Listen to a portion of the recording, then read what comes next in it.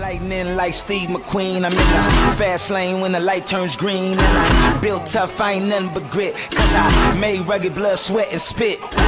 Yeah, like a horse I fly. Better push yourself in for a bumpy ride. I like to play hard, but I work harder. And I weather the storm cause I'm built stronger.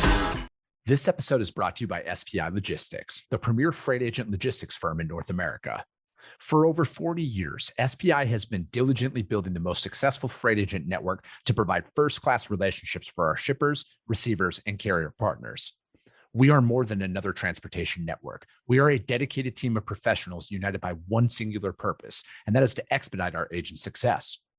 All of our agents are set up for success on day one, as they are provided with a full suite of support staff that is ready to assist them with everything from after-hours emergencies to financial and administrative needs on a no-fee basis. This way, you can focus on continuing to grow your business. There is no financial risk to start, and you have the ability to earn up to 75% in commissions. If you are looking to take control of your financial future and build your business with the backing of one of the most successful logistics firms in North America, visit www.spi3pl.com to learn more. Do me a favor and let them know that the Freight Coach sent you. What is up, ladies and gentlemen? We are back. We are live. It is the Freight Coach Podcast, the top podcast in transportation, coming to you guys every single weekday, 8:30 a.m. Pacific, 10:30 Central, to break down some industry headlines. But most importantly, you guys provide some actual insight into what you can do with all of this information. If this is your first time tuning in, welcome. This is the real side of freight, ladies and gentlemen. And I say that before every single show. And what I mean by that is I only speak with transportation professionals, because at the end of the day, you guys, I want to talk to the right individuals who have done what you're looking to do or who are currently doing what you're trying to achieve. So you can take that information, apply it, utilize it, and see a meaningful difference in your business and your life. Happy Wednesday, everybody. Quick note before I bring my guest up here today. The weekly newsletter dropped this morning, but I don't auto-register anybody for newsletters because it annoys the shit out of me. And the poll that I put out there on LinkedIn said it annoys the shit out of all of you. So if you want to get this newsletter, you guys, go to thefreightcoach.com and it will auto-prompt you to register. It drops every Wednesday.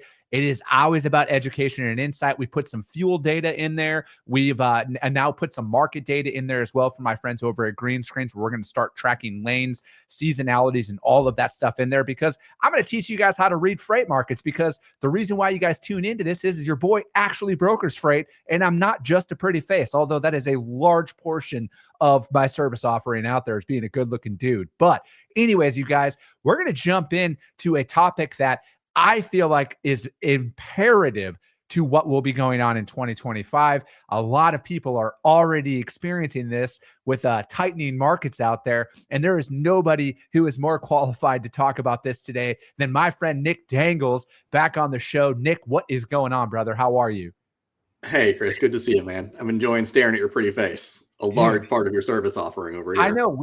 We locked eyes in Jacksonville after the last time we saw each other at the airport, and we hung out. It was magical. Uh-huh. It was. Do your brokerage prospects feel good about the pretty face? Does it help you land more customers? You know, that's why I cold call, man. Oh, they don't get to see you. Yeah, I got a face for radio. You know what I mean? So, dude, well, thanks for having me on. It's good talking to you again, man. No, absolutely. And, you know, we're talking about a topic that I know both of us are passionate about, right? I mean, ever since essentially the first time you and I connected, I mean, almost 5 years ago now, man, it's been something that has been at the top of both of our radars. It's something that's a large part of the success of my freight brokerage. And we're going to be talking about this, you know, even at the TIA Capital Ideas Conference, which is going to be in April, you guys, out in San Antonio. And Nick and I are taking part in an inaugural sales summit, is what it's called. And it's going to be happening on the Saturday of the event, where it's going to be a day action-packed of training and development of multiple different topics. Nick's going to be talking about carrier sales. I'm going to be talking about kind of like a hybrid of building up your book of business from customer sales and carrier sales as well. So Nick, what, like, your session is on carrier sales entirely, right? Yep. So it's an hour. It's entirely on carrier sales. The title of it, which might need some work, is it's called Carrier Sales, with sales all in caps, because a lot of times, like in brokerages I talk to, carrier sales almost gets seen as a cost center, right? Because you've got these people who are just like pounding out phone calls, talking to carriers, covering freight, and they forget that it's actually a sales job, right? Yeah. Like they're not just pounding out phone calls to carriers. Like the good carrier reps out there should actually be selling to these carriers. So we're going to talk about how sales actually becomes a big component of carrier sales. Yeah, and why I think that going into this year, it's going to be the biggest year for something like this, and probably the last 4 years is let's call it what it is. It's been easy to cover freight since 2020, you guys. I'm not saying freight's been cheap or anything like that all the time, but essentially it's been very easy to cover freight. I don't know of anybody that's really struggled in that time finding capacity for these loads that have been moving. And I think we're already starting to see it, right? Like I'm already starting to see some grumblings out there from some brokers talking about how like carriers need to think about relationship, all that bullshit that they were all talking about back in 2019 before things changed. And then everybody's been bumping their chests about how cool they are at brokering freight. And now we're starting to see that. And it's like the first sign of adversity or a change in market. Boom, everybody flips the script and they're crying about it. And it's like, man, where have you been the last 5 years? Right? Like we've what we institute inside of my operation is we literally utilize the same carriers for almost all of our freight, right? Like we did a large drayage project to end the year last year. We used 3 trucking companies that did 90% of those moves. And then we build up capacity based on lanes that our customers are moving, that our carriers like to run, as opposed to shoving the rate down their throat and saying, you got to take it for less, and then pulling them off the load if they do a, whatever, even if they do a good job because you want to find it for cheaper. Yeah. And I do want to touch on what you said about the tightening of capacity, right? It's interesting because we're at a point now where, just like you said, carriers have been really easy to find for the past several years, right? Like finding carriers for loads has not been hard. There's been a surplus of capacity. And now we're entering this time frame where you have people brokering freight who only entered the market during a soft market. And they have no idea what it takes to actually find capacity when capacity is tight. So the topic of carrier sales and being able to actually effectively source carriers and build relationships is going to become extremely important once the market does start to flip. And I mean, I'm not here to debate whether or not that's happening or not. Like I brokered freight for 10 years, but I'm not in a brokerage right now. I sell a training platform called Sync Logistics Training. But like as this market does start to turn, it's going to eventually, having some fundamentals for carrier sales is going to be extremely important for people. And it's going to be a rude awakening for people who have never experienced it before. Yeah. The market is definitely changing in areas that are being affected by natural disasters and weather. I would say that that's kind of it across the board. Again, I don't move a ton of dry van freight, so I can't really speak to the dry van market that's out there. The flatbed market hasn't necessarily changed all of that much, if I'm being completely honest. But I think that the tides are starting to turn in now, and I've been saying like the only real way that will like expedite a market shift is like a natural disaster. And then people are just going to be like, well, damn, if you were paying me $4,000 last week, guess what? You're paying $4,000 this week, or I'm not moving my truck. And then when there's a large percentage of capacity that got those rates, they might be more willing to sit and wait it out. And I think with, unfortunately, with the wildfires that are going on in Southern California right now, everybody knows Southern California, massive freight market, right? And if there is a tightening or a changing of capacity in SoCal, that will have a ripple effect across, all of the West Coast and probably the Western 11 states, I think. Yeah. And like, honestly, regardless of how or when it happens, like we all know it's going to happen, right? Capacity is going to tighten back up at some point. And if you're accustomed to just posting your loads up and waiting for the phone to ring, well, once the phone stops ringing, you're going to have a problem on your hands if you don't know how to actually proactively source carriers. So how would somebody go out there and actively source carriers? Like what is something that you have found to be effective, or what is something you're going to be talking about here at the summit to really lay that blueprint out, right? Because like, again, that like, this is the entire purpose of this show, you guys, is education and insight, because we only know what we know. And I'm always going to talk about the fundamentals of this industry, the blocking and the tackling, because I know that that is what works out there when you're actually winning business. So I'll stop and let you go from there, Nick. No, like it's a good question. I think it diverges a little bit from what I'll talk about at the sales summit. What you're talking about in terms of how to find carriers, I call like having a carrier prospecting strategy, right? And like every brokerage out there should have some sort of strategy behind how they're prospecting for carriers, right? And it shouldn't be, hey, we post our loads and see what happens, right? You should have a strategy in terms of, well, first I call my in-network carriers who have moved this load before. Then I call my in-network carriers who might be a good fit for this load. Then I call some pre-qualified out-of-network carriers, like whatever that case may be. Like you should have some form of standardized carrier prospecting strategy that you actually follow when sourcing a carrier for a new lane, right? From there, like once you're actually like engaged with the carrier, like that's when the sales comes into play. Yeah. Right. I mean, there's a big difference between just reading a carrier the load details versus actually selling the load to them. Right. Like if you're just reading load details, I mean, like any of the AI bots out there can do that just fine. And like if you're a carrier rep and your job's just reading the details to carriers, I mean, you're going to be outperformed by these bots in no time. I was just talking to somebody the other day, like their AI bots are booking like 15 loads a day, and some of their carrier reps are only booking 6. Like, like the difference is sales, right? Yeah.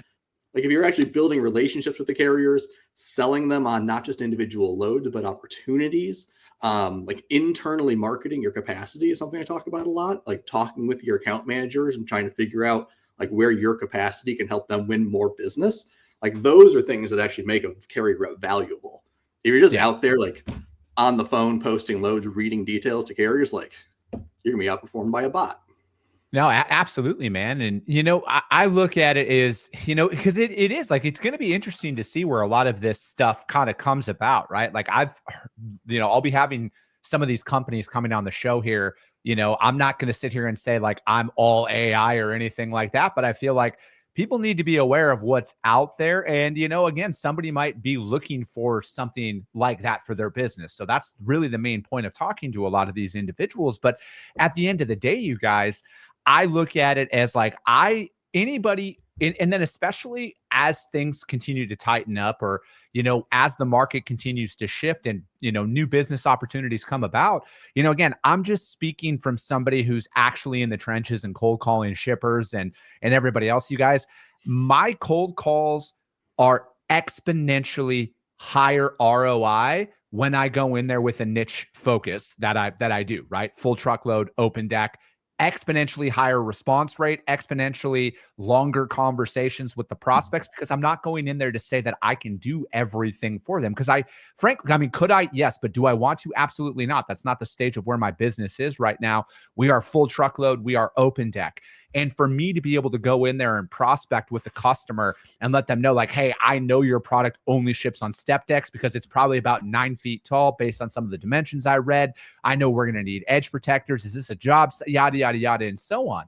I need to be able to take all of that, though, to give to my carrier sales team so they can go out there and find carriers based on my customers' commodities. All right. That is like a lost art out there. I mean, Sonny Sharma, he's watching the show right now. My guy here, he specializes in reefer freight, primarily proteins, right? My friend Cody Kaler with A&Z Trucking, they also specialize in reefer freight, primarily in produce, though, right? That's 2 separate drivers that are going to do each of those loads, right? And if you're out there just posting freight and then just trying to find somebody with a pulse that might work in the market that we're currently in, but as things continue to tighten up, the carriers are extremely selective about the freight that they're going to take.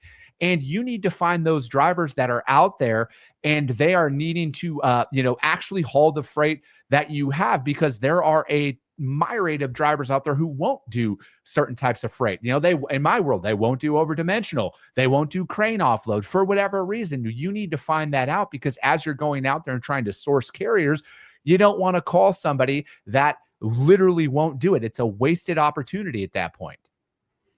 Yeah. And like a couple of things I mentioned earlier that you kind of like also hit on a little bit is when you do talk to these carriers and you find a carrier that's a good fit for a load or for your business, it's important not to just sell them on an individual transactional load, right? What you want to do is you want to build that relationship and then sell them on the entire opportunity. If you have a lane that moves 3 times a week, every week for the next year, right? And you book a carrier on one load, like on one hand, good job, right? Like you've booked a carrier on one load. You've cleared one load off your board for today. The problem a lot of people run into is they kind of lack the forethought of seeing that you have this lane 3 times a week, every week for the rest of the year.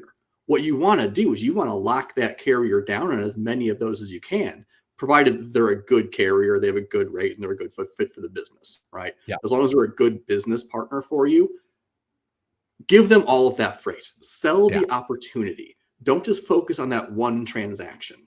Clearing today's board isn't the goal, right? Yeah. Clearing today's board is the goal for brokers who are really going to plateau at around like 10 mil. What you want to do is you want to think proactively and sell carriers on opportunities. No, I mean, that's exactly it, right? And that's like the sales aspect again, right? Yeah. No, 100%, man. And sorry, your screen froze there. Were you? Oh, maybe I was moving too fast. Yeah. But, again, here's another real life example, right? Like we're out there, we're building up our customer base right now, right? So we don't have a ton of consistent freight. We have a couple of anchor shippers that we work with that are out of certain freight markets that are going. But one thing that we do, again, is like, hey, we know these guys have step deck Conestogas or flatbed Conestogas. So any new customer that we start moving freight with, even if it's in a different geographic region, we go to our trusted carriers first, right? Where it's like, hey, man, we have this load. You usually pick up for me out of, say, New Mexico going to Dallas. Now we have this new customer that's out of Kentucky going to Kansas. Do you have anything in that area? We don't want to go to a load board. A load board's a great tool, but like, I already know this awesome carrier called ACR Logistics that I work with, legit company name, by the way. And we work with them and we know they have Conestogas. They do a phenomenal job for us. Why wouldn't I offer them that load first? Especially when we're booking them initially and we ask them, hey, what lanes is it that you like to run out there? Because we know you don't just run New Mexico to Dallas for a hypothetical example. And then they're like, actually, Chris, here's where we also like to run. We like to run this region, that region. We build up a carrier profile for everybody that we book so we know who to reach out to. And that is something that we follow religiously inside of our operation. And my business partner and I are 100% committed to continuing that philosophy as we grow and scale, because we know that that's what works. We're thinking long-term, right? And then another thing in the open deck world, we're bidding on a lot of project freight for the future, all right? There's not a lot of consistent, hey, all of these loads, at least not in our book of business yet, where it's like we're bidding on project freight. We're going on certain freight in the future. And guess what? When we're awarded that stuff, I want those trusted carriers to be on that customer's freight. And then the more of a heads up they have, they can route all of their trucks into those areas. And again, we're not going to the load board. That's not our first sign of we have a new shipment. Oh, go post it up, try and find something. It's like, no, go call our regulars. It's RFP season right now. For example, we call our regular carriers to be like, hey, man, what are you projecting in 2025 for these lanes? What can we do? Because we want to place these bids based on the rates you're providing us. And then bonus, we win this freight. Dude, we're on auto tender at that point. Again, you hit on a few things there that I would love to touch on. So let's do it. You talked about building out carrier profiles. There's certainly things people should do. And you also said something about like some brokerages not necessarily having that consistent freight. And this is something I hear a lot, right? Like I went on that whole like selling opportunities soapbox, and admittedly, it's tougher if you don't have the consistency in your freight, right? If all you have is spot market freight, it's tougher to sell opportunities. But what you can do, and what a lot of brokers forget to do, is this thing that I call like internally marketing your capacity. What your team should be doing every time you build out a carrier profile and you find out that XYZ carrier runs Dallas to Houston like every single day, right? You as a carrier rep, go to your customer facing team and say, hey, I have this carrier. They run Dallas to Houston every single day. what do you guys have that could possibly match up with that carrier? You need to make sure that your customer facing team knows where you have available capacity, and then they can sell to their customers with more confidence based on the capacity that you have, right? If you're not telling them, if they're just like out there spray and pray, trying to catch whatever freight they can possibly find, like that doesn't work very well. If they can be more targeted and find freight based on the capacity that you have available, they're going to have a lot more success. And that's, again, it's the sales aspect of carrier sales, right? Like you have to be selling your capacity to your customer facing team so they know what they have available. They're going to have a lot more success, and so are you that way. Yeah. I'm going to pause there. See if you have comments. No, absolutely. Because, and I also look at it as, long-term here as well, Nick, right? Like identity theft, fraud, all of this stuff is going up, so it's like there are, software and stuff that's out there right now, but is it actually working? The data says that probably not so much, right? So what is the only tried and true method to actually fight this stuff? I'm kind of an open-ended question here, but yeah, I think we all know the answer. You want to know? I know this. I know these carriers that I'm booking every single day are legit because I work with them every single day. I'm not risking my customers' freight to go out with an unknown provider that, and again, I know that there's times where we have to use unknown providers, and there's great software out there that can help you vet these guys to make sure that they're legit. But ultimately, though, as you will experience, it's the only tried and true method that I know to actually know, like, that this carrier is who they say they are. This is a driver that I've worked with numerous times. I know this person's wife, or I know that driver's husband's name. I know their family because we talk all the time.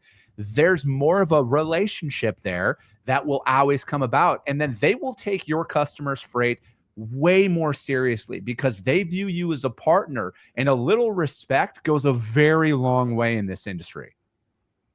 Yeah. I mean, I'll piggyback off of that and almost talk about the reverse, right? I mean, we talk about fraud from a broker's perspective a lot, getting burned by carriers, but at the same time, like, you also have to sell your carriers on being a good business partner to them.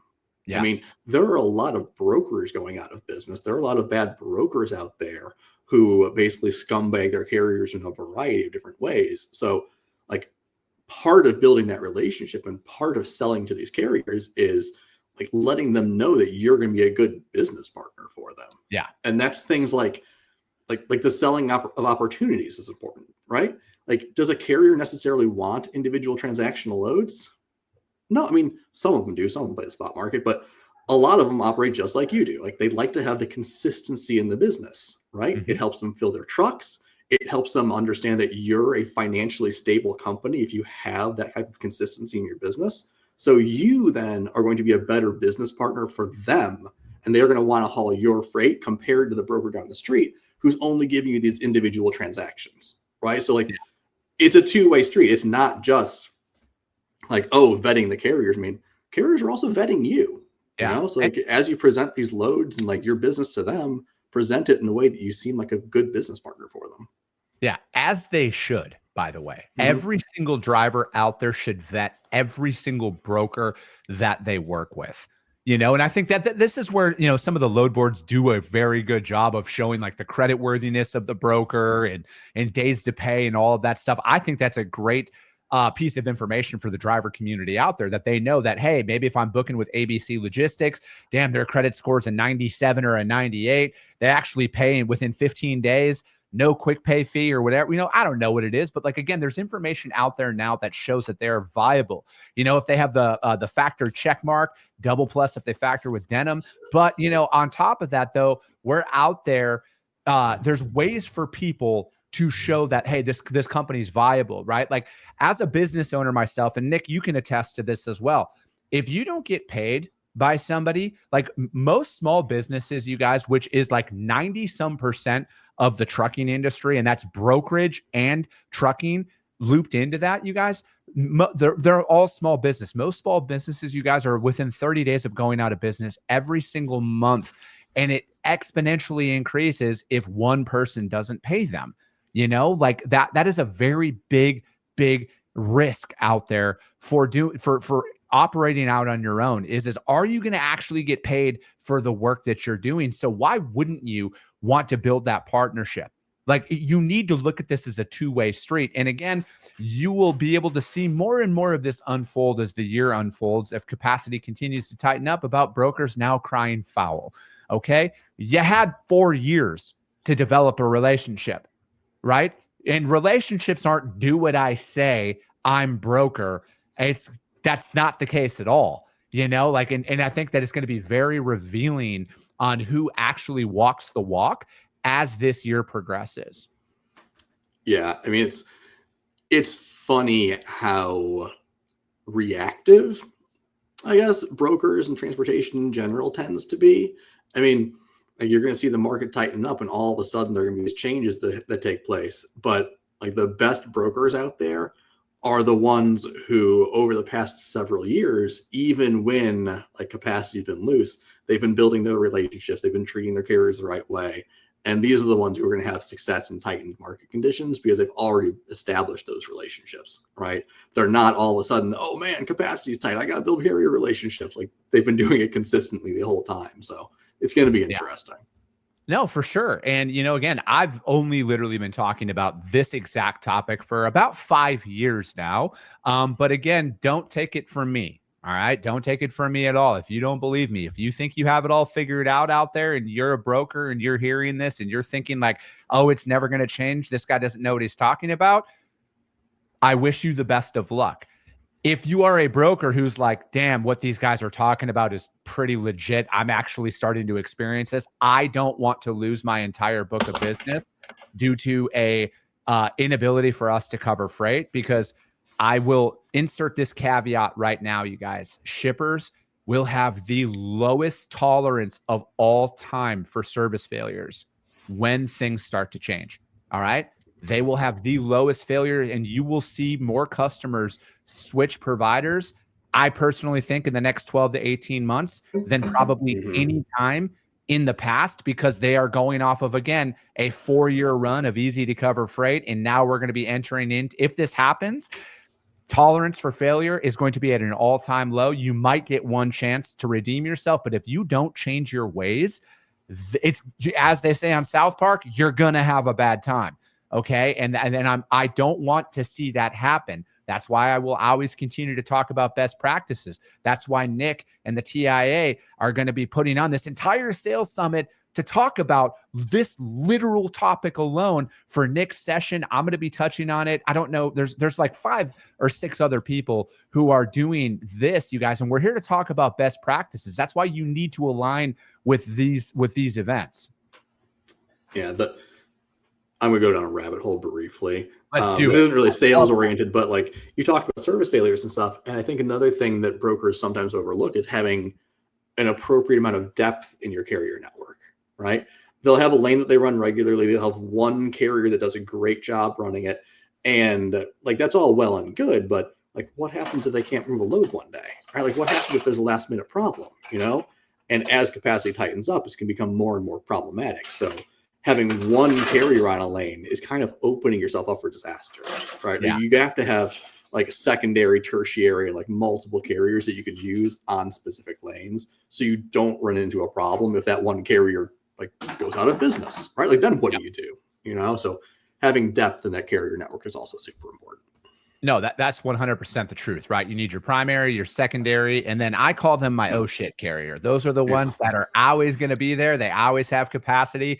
They might be more expensive than everybody else, but guess what? They're going to get the job done. And, it's gotten to that point where you need, if you were cool enough to make $1,000 on a load or $500 on a load, it's going to come to that point here, you guys, where you better be cool enough to lose $500 on a load, especially if you have contracted freight. Because the way that this market shift will happen, and again, I've said this about 100 times and I'll say it 100 more. Mark my words here, you guys. This is how this market shift will happen. Shippers will not increase their rates. All right. I wouldn't be surprised if they don't increase their rates in a meaningful way in all of 2025 at all. Carriers will increase their rates. Your margins will get compressed out there. Okay. Are you at that broker that you've sold yourself on?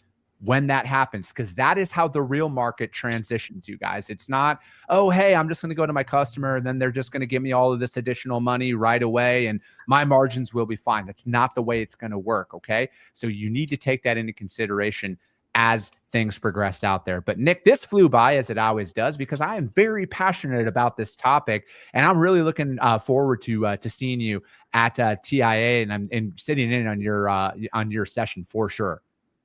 Yeah, same, man. I'm looking forward to seeing yours as well. Perfect, man. How does anybody reach out to you to find out more about Sync, though? Yeah, so if you want to reach out to me, like you said, my company is Sync Logistics Training. Feel free to shoot me a message on LinkedIn. I stay fairly active on there, though not as much recently. Or shoot me an email. It's just nick@synclogisticstraining.com.